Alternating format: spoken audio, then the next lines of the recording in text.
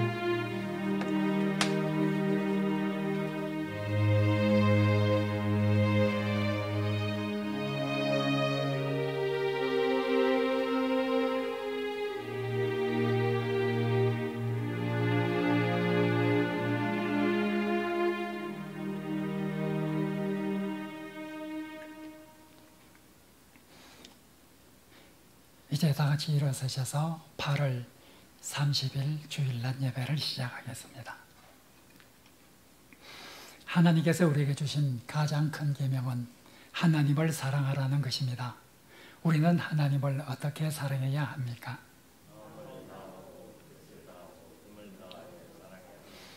하나님을 사랑하는 우리는 하나님을 예배하기 위해 이 자리에 모였습니다. 우리는 하나님을 어떻게 예배해야 합니까?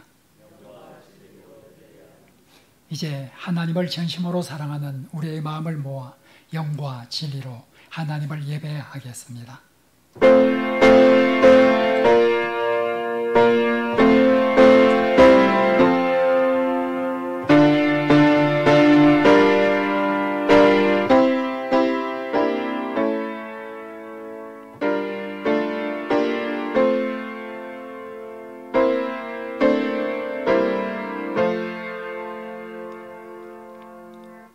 여호와의 산에 오를 자가 누구며 그의 거룩한 곳에 설 자가 누구인가? 곧 손이 깨끗하며 마음이 청결하며 뜻을 허탄한 데 두지 아니하며 거짓 맹세하지 아니하는 자로다. 아멘.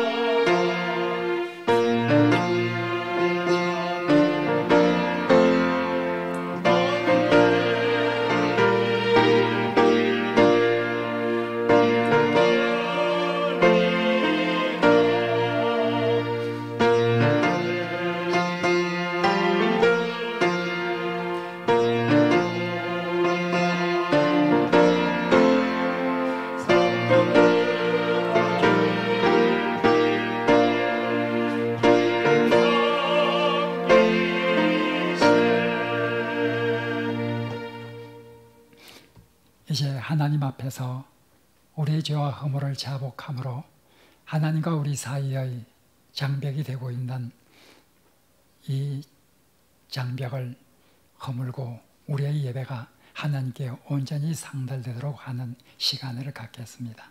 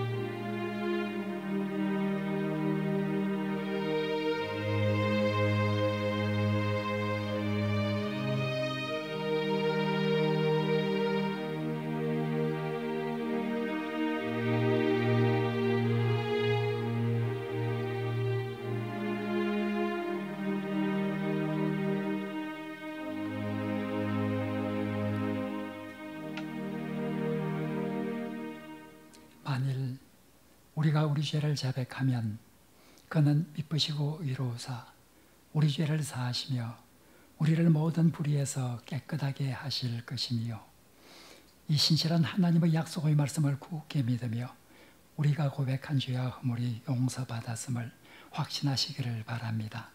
아멘. 나는 전능하신 아버지 하나님 천지의 창조주를 믿습니다. 나는 그의 유일하신 아들 우리 주 예수 그리스도를 믿습니다.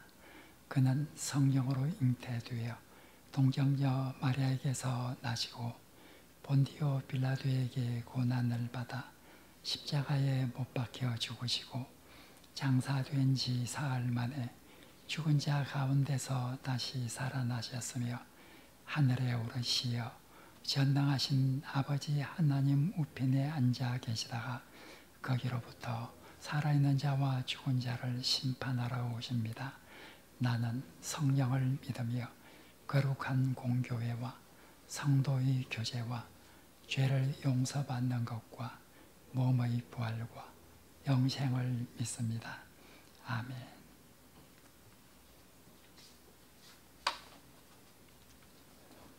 성시교도 교동문 62번입니다. 시편 143편 말씀입니다. 여호와여 내 기도를 들으시며 내 간구에 귀를 기울이시고 주의 종에게 심판을 행하지 마소서. 원수가 내 영혼을 핍박하며 내 생명을 땅에 엎어서 나로 죽은 지 오랜 자같이 나를 암흑 속에 두었나이다.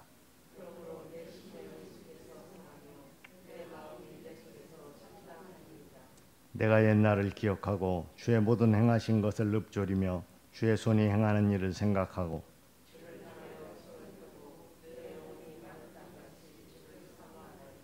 여호와여 속히 내게 응답하소서. 내 영이 피곤하나이다.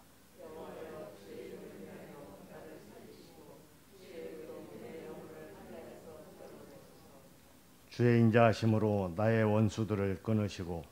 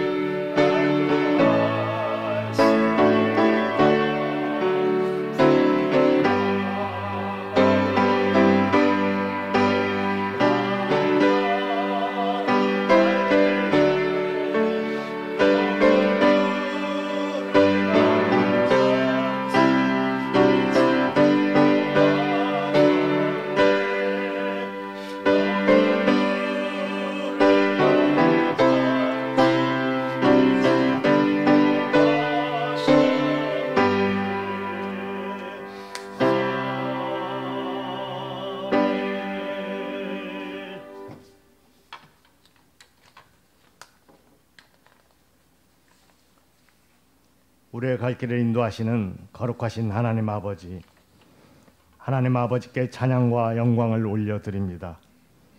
허물 많고 부족한 인생들을 사랑하셔서 오늘 또 하나님을 예배할 수 있는 은혜를 허락하여 주신 주님, 이 시간 예배할 때에 우리의 영과 눈과 귀를 열어주시어 하나님의 뜻을 깨달아 주님께 영광을 돌리는 우리의 심령이 되게 하여 주시옵소서. 줄이거나 목마르지 않은 생명수가 예배드리는 모든 주님의 자녀들의 심령 가운데 강같이 흐르게 하옵소서. 용서의 하나님, 예배하는 우리 모두가 영광스러운 주님의 보좌 앞으로 나가기를 원하지만 여전히 우리 안에 있는 죄의 본성은 하나님을 향해 나아가는 것을 막고 있습니다. 우리들의 심령에 새 영을 부어주셔서 하나님의 영상을 회복시켜 주시옵소서. 죄인들이 회개하고 돌아오기를 간절히 원하시는 하나님 앞에 우리의 잘못된 행실을 고백하며 나아가오니 회복시키시고 치유하시는 주님의 능력으로 정금 같은 모습으로 서게 하여 주시옵소서. 죄 많고 속된 세상 가운데서 더러워진 우리의 마음과 영혼을 이 시간 성결케 하여 주시옵소서. 오랜 기간 동안 코로나로 인하여 주님을 마음껏 찬양하지 못하고 예배하지 못하는 현실 속에서 주님을 향한 우리의 믿음을 더욱 굳건히 세우게 하시고 주님의 은혜로 이 나라 교회들 가운데 주님을 마음껏 찬양하는 찬양하며 예배하는 시간이 속히 돌아오기를 간절히 기도드립니다. 주님께 예배드리는 이 시간 특별히 이 나라를 위하여 기도드립니다. 지금 이 나라가 코로나와 수해로 인하여 굉장히 어렵고 견디기 힘든 상황에 처해 있음을 주님께서 아십니다. 수해와 태풍으로 많은 피해를 입은 백성들을 불쌍히 여겨주시고 주님의 은혜를 베풀어 주시며 어려움을 극복하게 하시고 주를 아는 믿음 안에 있는 교회와 성도들이 하나님의 뜻을 쫓아 상처받은 이웃을 섬기며 위로하게 하여 주시옵소서. 사랑의 하나님, 한국 교회를 위하여 기도드립니다. 이 어려운 시기에 교회가 감당해야 할 사명을 잘 감당할 수 있도록 우리에게 지혜를 허락하여 주시고 아픔을 겪는 자와 함께 아파할 수 있는 교회가 되게 하시며 슬픔을 겪는 자와 함께 슬픔을 나눔으로써 선한 이웃으로서 저들의 상처난 심령을 치료하는 교회들이 되게 하여 주시옵소서. 이 사회가 더욱 어두워지고 캄캄한 밤이 된다 할지라도 더욱더 진리의 등불을 밝히는 교회들이 되게 하여 주시옵소서. 죽어가는 많은 영혼들을 주님의 사랑으로 키워내는 참된 교회들이 되게 하여 주시옵소서. 거룩하신 하나님 아버지, 혼란스러운 시대를 살아가는 믿음의 자녀들이 하나님의 자녀로서 믿음의 중심을 잃지 않게 하시고 항상 하나님의 말씀을 삶의 기준으로 삼아 하나님 보시기에 합당한 믿음의 군사들이 되게 하시며 주님의 말씀을 굳게 지키며 살아가도록 성령께서 이끌어 주시옵소서. 우리 모두가 주님 앞에 하늘의 소망을 가지고 진실한 삶의 모습으로 살아갈 수 있기를 기도드립니다. 우리의 일거수일투족을 지켜보고 계시는 주님 앞에 서는 날, 삶의 진실함을 평가받을 때 정직함과 진실함으로 주님을 위한 헌신된 삶으로 충성된 종이라고 상급을 받기에 부족함이 없는 삶을 살아가기를 소망합니다. 사랑의 빛교회 가운데 주님 함께하여 주시고 주님의 뜻을 이뤄나가는 우리 모든 성도들이 될 수 있도록 인도하여 주시옵소서. 주님의 핏값으로 세우신 이 교회 담임 목사 청빙을 위하여 기도드립니다. 양들을 자기의 목숨처럼 사랑하며 하나님의 말씀과 성령의 인도하심을 받아 하나님의 양들을 주님의 뜻대로 이끌어갈 수 있는 목자, 푸른 초장 쉴만한 물가로 양들을 인도할 주님이 예비하신 목자가 청빙되어지기를 소망합니다. 이 귀한 일을 위하여 우리 모든 성도들이 깨어 기도할 수 있기를 간절히 소망합니다. 또한 우리 교회를 위하여 기도드립니다. 하나님께서 친히 세워주신 우리 교회가 하나님의 뜻을 이루기 위하여 하나님의 기쁨을 위하여 맡은 일을 잘 감당하는 충성된 교회가 되게 하여 주시옵소서. 우리 교회를 통하여 교우들의 가정과 직장의 삶이 회복되게 하시고 죄악 가운데서 떠나 주님이 역사하심에 동참하는 삶을 살아가게 하여 주시옵소서. 어떠한 시련과 어려움 속에서도 주님이 주시는 마음을 믿음의 결단으로 삼게 하시고 그 어떤 시험과 어려움을 능히 이기고도 남을 능력을 주님께서 허락하여 주시옵소서. 오늘 또 드려지는 예배 가운데 모든 성도들이 성령의 임재하심을 체험하게 하시고 복음을 이 세상에 전하는 귀한 믿음의 삶을 살아갈 수 있도록 인도하여 주시옵소서. 우리의 삶 자체가 예배가 되게 하시고 기도와 헌신을 통하여 주님의 영광을 드러내는 삶을 살아가게 하여 주시옵소서. 이 시간 하나님의 말씀을 증거하시는 주의 종에게 영과 육의 강건함을 허락하여 주시고 성령님의 교통하심 가운데 생명 있는 말씀으로 선포하실 때 그 말씀이 온전히 심어주고 뿌리 내려서 거두는 계절의 풍성한 열매를 맺는 삶이 되게 하여 주시옵소서. 이 예배 가운데 성령님이 충만히 임재하여 주셔서 믿음을 강구하는 이들에게 믿음을, 건강을 강구하는 이들에게 넘치는 건강을, 갖가지 어려움 때문에 그 어려움을 강구하는 이들에게는 그 생각과 마음을 지켜주시어서 오직 그리스도 예수 그리스도만 표대 삼아 승리할 수 있는 저희들이 될 수 있도록 인도하여 주시옵소서. 이 시간 신령과 진정으로 드리는 우리의 예배를 받아주심을 믿고 감사드리며 거룩하신 예수 그리스도의 이름으로 간절히 기도드리옵나이다. 아멘.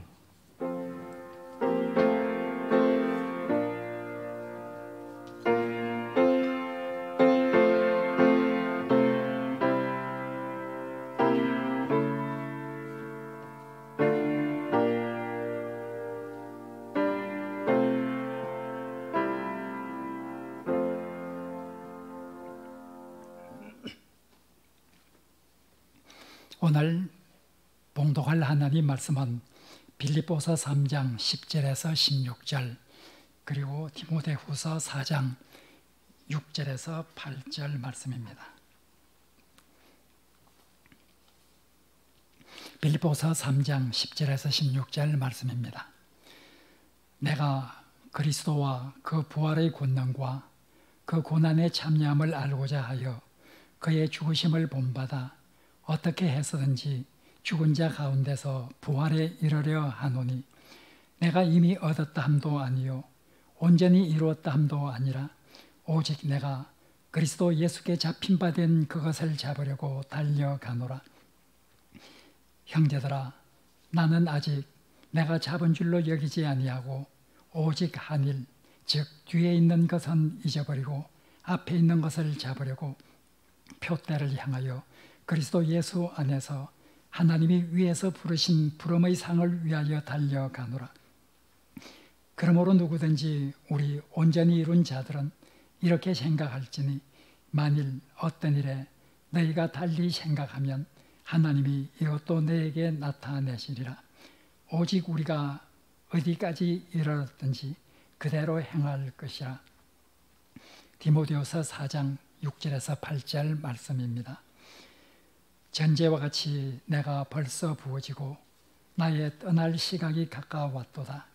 나는 선한 싸움을 싸우고 나의 달려갈 길을 마치고 믿음을 지켰으니 이제 후로는 나를 위하여 의의 멸류관이 예비되었으므로 주 곧 의로우신 재판장이 그날에 내게 주실 것이며 내게만 아니라 주의 나타나심을 사모하는 모든 자에게도니라. 아멘.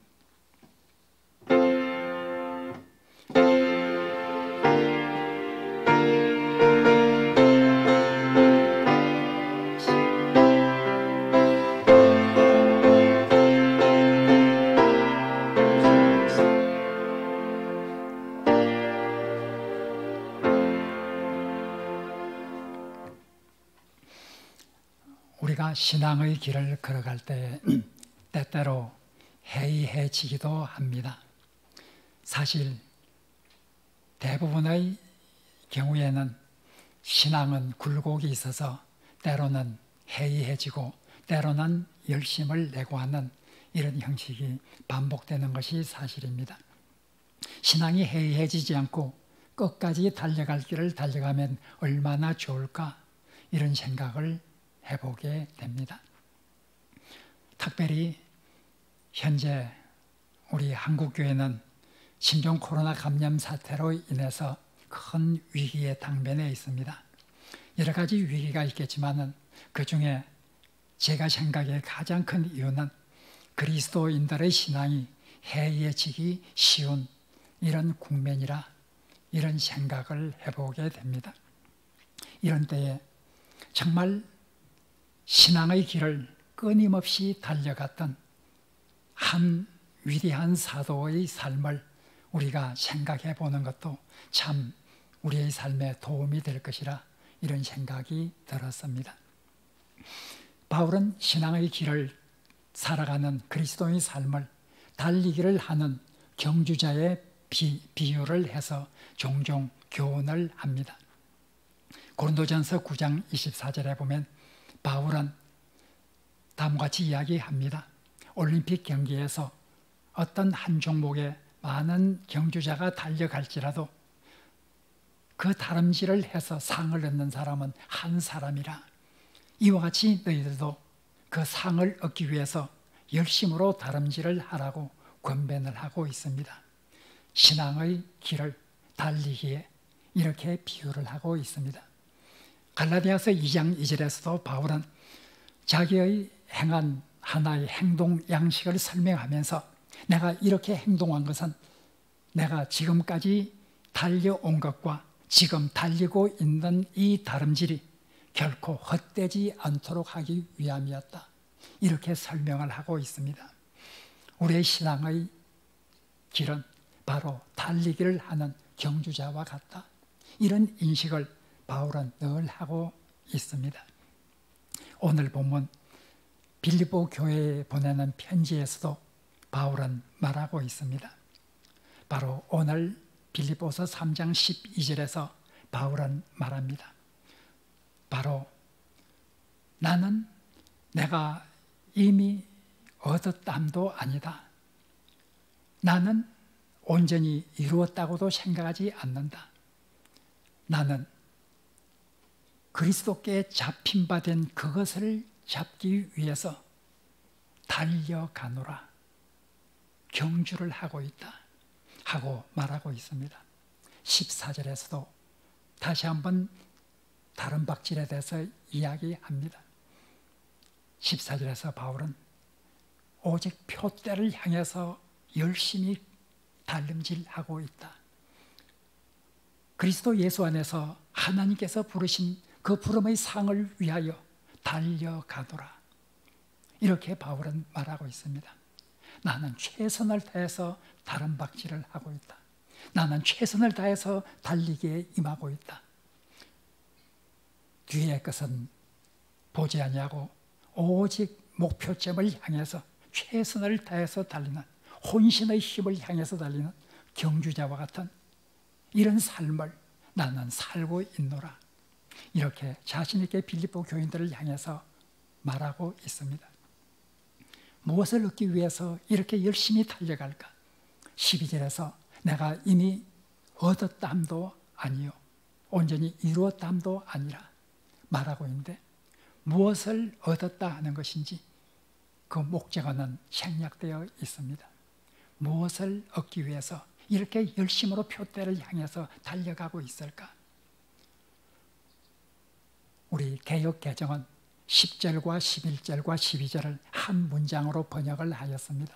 한 문장으로 번역을 하였기 때문에 10절과 11절에 나오는 부활, 이 부활이 12절에 나오는 바울이 얻으려고 하는 그 대상이라 이렇게 개역 개정을 읽는 분들은 생각을 할 수 있을 것입니다. 그러나 12절은 11절과 10절과 11절에 예속된 문장이 아니라 새로운 단락을 시작하는 하나의 문장입니다. 거의 대부분의 번역을 보면 새번역이나 공동번역이나 대부분의 영어 성경에 보면 11절까지 한 단락이 끝나고 12절부터 새로운 단락이 시작되는 것으로 이렇게 번역을 하고 있습니다. 그렇기 때문에 12절에서 말하는 얻었다 함이 아니라 얻으려고 하는 그 구체적인 목표가 10절과 11절에는 부활이라고 단정 짓는 것은 사실 어려울 것입니다. 학자들은 그 얻으려고 하는 그것이 무엇인가 여러 가지 추정을 합니다. 물론 10절과 11절에는 부활일 수도 있습니다. 그러나 완전한 의로움일 수도 있습니다. 그리고 완전한 윤리적, 영적 성숙함일 수도 있습니다. 무엇인지 정확히 알 수는 없을지라도 바울은 무엇인가 신앙의 목표를 향해서 끊임없이 쉬지 않고 달려가고 있다고 하는 이 점을 말하고 있는 것에는 틀림이 없을 것입니다. 바울은 참으로 열심으로 자기가 세운 그 목표점을 향해서 달려가고 있습니다. 그것을 얻기 위해서 달려가고 있습니다. 혼신의 힘을 향해서 달려가고 있습니다.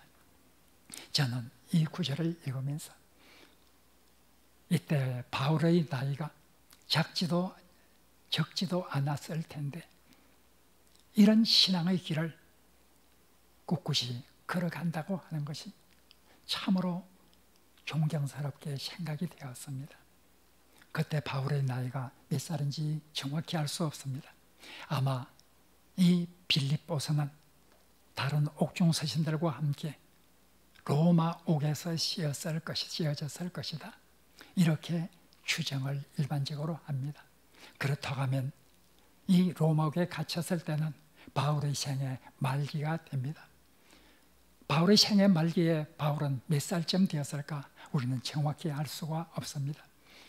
빌레몬서 1장 9절에 보면 같은 로마 옥에서 썼던 것으로 추정되는 빌레몬서 1장 9절에서는 바울은 자기 자신을 가리켜서 나이 많은 바울은 나이가 많은 바울이라, 늙은 바울이라 이렇게 표현을 하고 있습니다. 그러나 빌레몬서 1장 9절에 나오는 헬라어 프레스비테스 하는 이 헬라어 나이가 많다고 번역된 개역개정에서 번역된 이 헬라어는 사신이라 대사라 이런 뜻도 있기 때문에 번역에 따라서는 나이가 많다고 번역하기도 하고 그리스도의 대사라 사신이라 이렇게 번역하기도 합니다.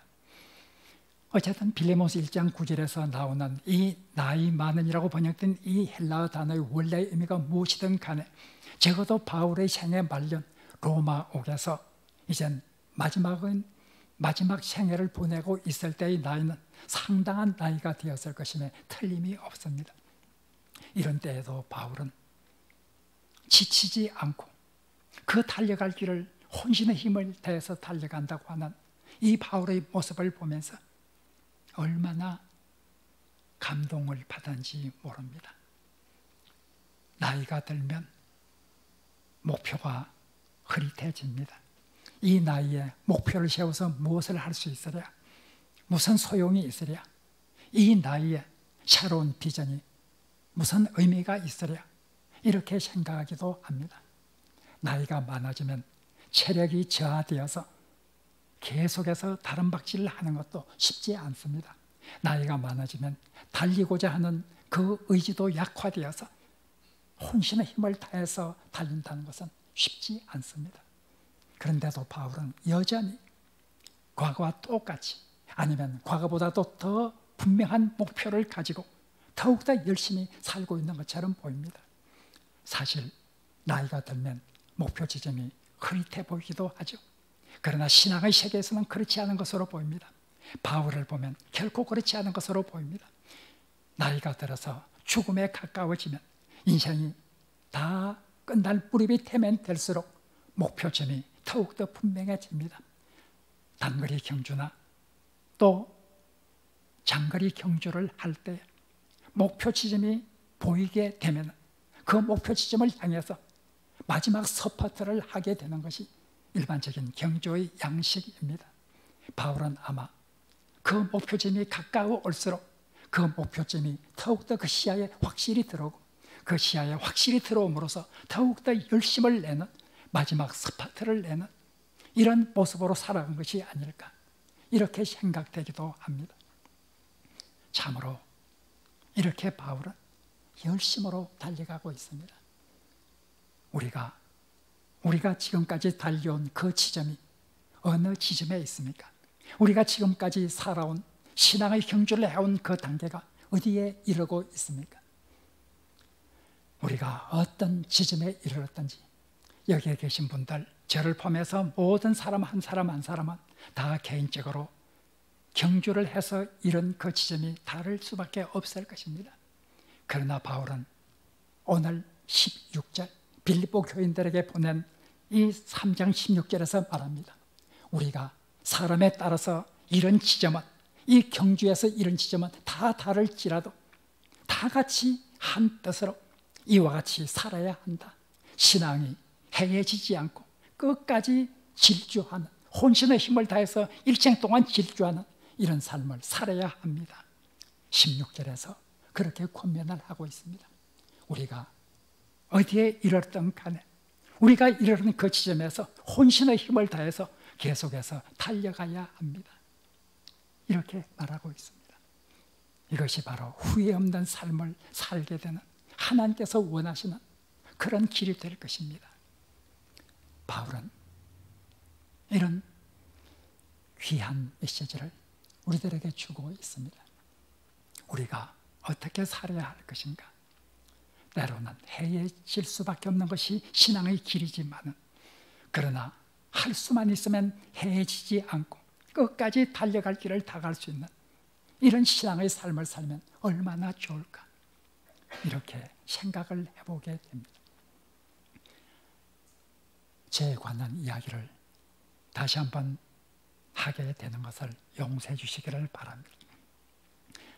제가 교수직에 오랫동안 있으면서 내가 처음 신학대학원을 들어갈 때 목회를 하고 싶다고 하는 그 꿈을 이루고 싶었습니다.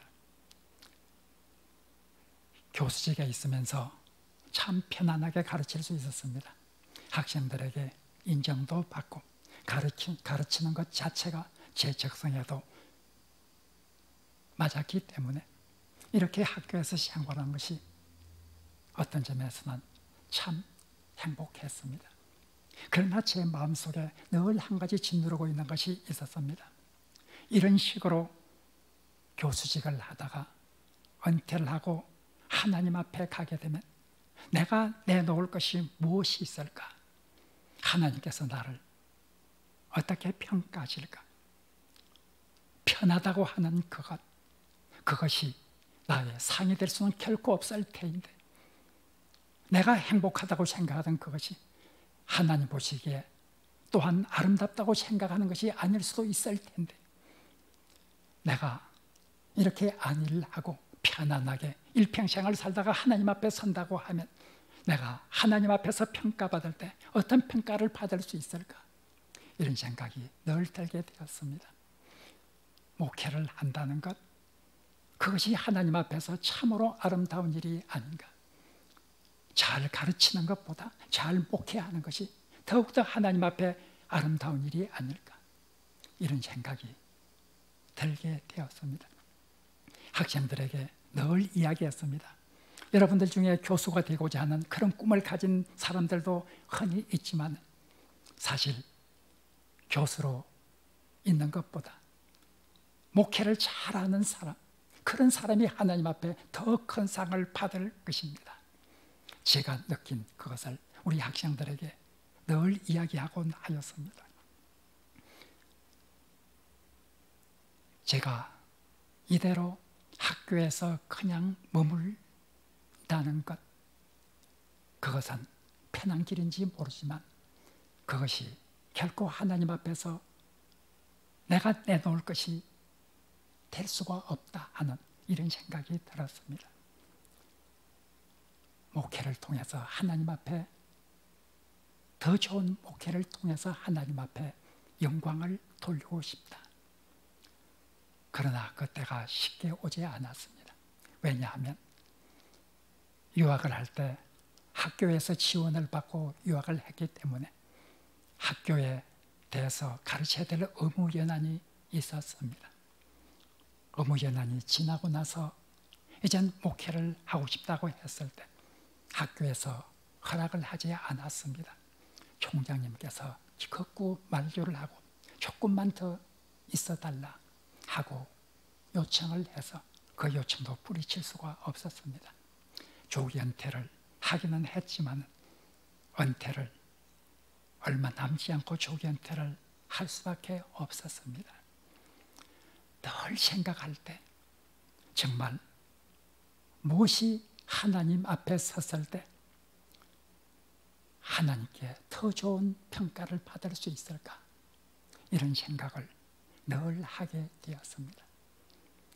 우리가 세상을 살아가면서 꼭 기억해야 될 것이 있습니다. 죽음을 준비하는 것입니다.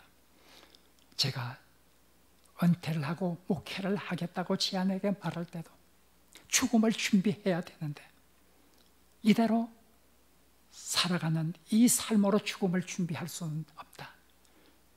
더 좋은 그런 길을 갈 것이라 죽음을 준비하는 삶이 필요하다고 이런 생각을 하였습니다. 우리가 늘 살아가면서 내가 이대로 지금의 상태에서 하나님 앞에 서게 되었을 때 하나님은 나를 어떻게 받아주실까? 예수 그리스도를 믿는 믿음 가운데서 나를 받아주시기야 하겠지만 나의 삶에 대한 하나님의 평가가 어떤 평가가 될까? 내가 내 삶 전체를 통해서 하나님 앞에 드린 그것이 무엇이 있으며 얼마나 큰 영광을 돌린 것이었을까? 쉬지 않고 생각하는 이런 신앙의 삶이 되어야 합니다. 바울은 일생 동안 늘 그런 생각을 하면서 사는 것처럼 보입니다. 내가 혼신의 힘을 다해서 나 일생 다 살아갔을 때 하나님 앞에서 받을 평가가 무엇인가? 이것을 늘 생각하며 살았던 것입니다. 그것을 생각하며 살았던 삶은 해해지지 않았습니다. 일평생을 똑같이 경주하는 자처럼 열심을 내어서 앞을 향해서 질주해 나갈 수 있었습니다. 우리가 이런 삶을 살아야 합니다. 바울의 모습을 보면 볼수록 얼마나 아름다운지 모릅니다.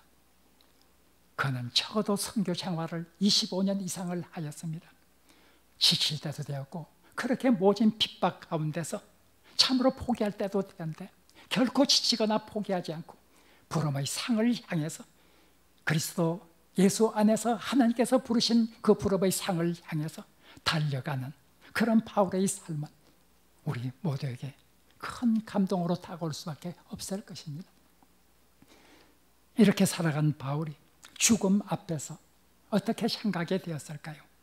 오늘 읽은 디모데후서 4장 6절에는 바울이 죽음 직전에서 바로 자기의 삶을 되돌아보며 어떻게 생각하고 있는지를 우리에게 잘 보여주고 있습니다. 디모데후서는 만일 바울이 친히 쓴 편지라고 한다고 하면 바로 바울이 쓴 편지 중에서 가장 늦게 쓴 편지, 이것은 바로 죽음을 앞두고 쓴 편지로 이렇게 알려지고 있습니다. 오늘 디모데후서 4장 6절에서 바울은 다음과 같이 말합니다. 나는 전제와 같이 이미 부어지고 나의 떠날 시각이 가까웠도다 하고 말하고 있습니다. 전제라고 하는 것은 옛날 하나님께 제사를 드릴 때 포도주나 독주와 같은 액체를 잔에 담아서 부어드리는 그런 제사를 전제라 이렇게 표현을 합니다. 내가 전제와 같이 벌써 부어졌다 하는 이 말은 세번역에서 말한 것처럼 내가 피를 흘려서 내 피를 하나님을 위해서 드릴 때가 벌써 되었다 이렇게 말하고 있는 것입니다. 나의 떠날 시각이 가까웠도다. 죽음을 바로 앞두고 바울은 디모데에게 말하고 있습니다. 자기 자신의 삶을 말하고 있습니다. 7절에서 바울은 말하고 있습니다. 나는 선한 싸움을 싸웠다. 그리고 나는 달려갈 길을 달려왔다. 그리고 믿음을 지켰다. 자기가 걸어온 그 삶의 과정을 살펴보면서 나는 달려갈 길을 다 달려왔다. 열심을 향해서 혼신의 힘을 다해서 오늘 여기까지 달려왔다. 내가 달려온 그 길에서 많은 싸움과 투쟁이 있었다. 많은 핍박과 박해가 있었다. 그러나 그 투쟁과 싸움에서 선한 싸움에서 결코 물러서지 않았고 그 핍박과 박해에서 결코 믿음을 저버리지 않았다 하고 바울은 고백을 하고 있습니다. 바로 죽음 앞에서 이런 고백을 하며 죽음 앞에서 이런 자기의 삶을 회상할 수 있다고 하면 그 사람은 얼마나 행복한 사람일까요? 얼마나 행복한 죽음이 될 수 있을까요? 선한 싸움 다 싸우고 달려갈 길 다 달려왔으며 내가 믿음을 지켰다. 그래서 하나님께서 주께서 의로운 재판장께서 나를 위해서 예비하신 그 부름의 상, 의의 면류관이 나를 향하여 기다리고 있을 것이다 하고 말하고 있습니다. 의의 면류관, 지금까지 이렇게 살아온 자기를 위해서 준비해 놓은 이 면류관을 바라보면서 바울은 만족해합니다. 디모데후서를 읽어보면 바울은 이 당시 굉장한 사람의 견지에서 보면 비참한 상태에 있습니다. 바울이 중죄인으로서 사형수로 낙인 찍힌 이 상태에서 모든 사람이 바울을 버렸습니다. 모든 사람이 바울을 떠났습니다. 그런 중죄인과 함께하는 것 자체가 큰 해를 받을 수도 있기 때문에 많은 사람이 그를 떠나갔습니다. 그리고 그곳에서 추운 겨울을 지내기 위해서 외투가 필요해서 디모데에게 올 때에 그 외투를 제발 가지고 오너라 이렇게 요청을 하기도 합니다.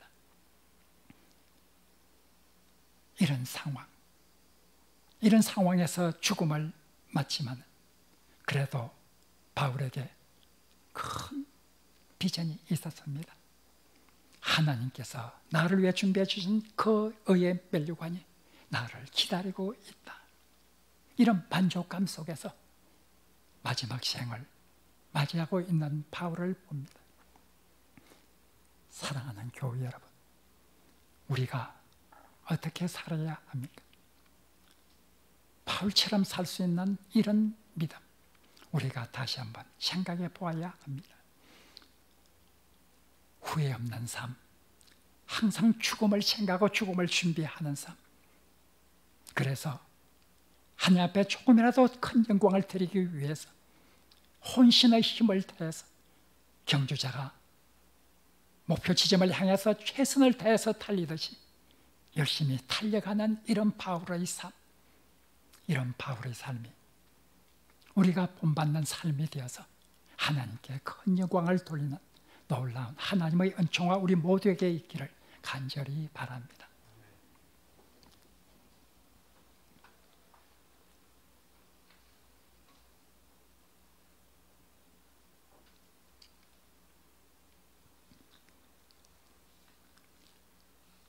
하나님, 우리가 하나님께서 주신 그 길을 달려갈 때 하나님께 주신 그 시간을 사용하며 달려갈 때 우리가 하나님께 영광을 돌리기 위해서 최선을 다하는 귀한 삶을 살아갈 수 있게 주님 은혜 베풀어 주옵소서. 장으로 죽음을 준비하는 삶이 될 수 있도록 도와주시고 하나님께서 준비해 놓으신 그 부름의 상을 늘 기억하며 살아가는 귀한 하늘의 백성이 될 수 있게 주님 도와주옵소서. 예수님 이름으로 기도합니다. 아멘.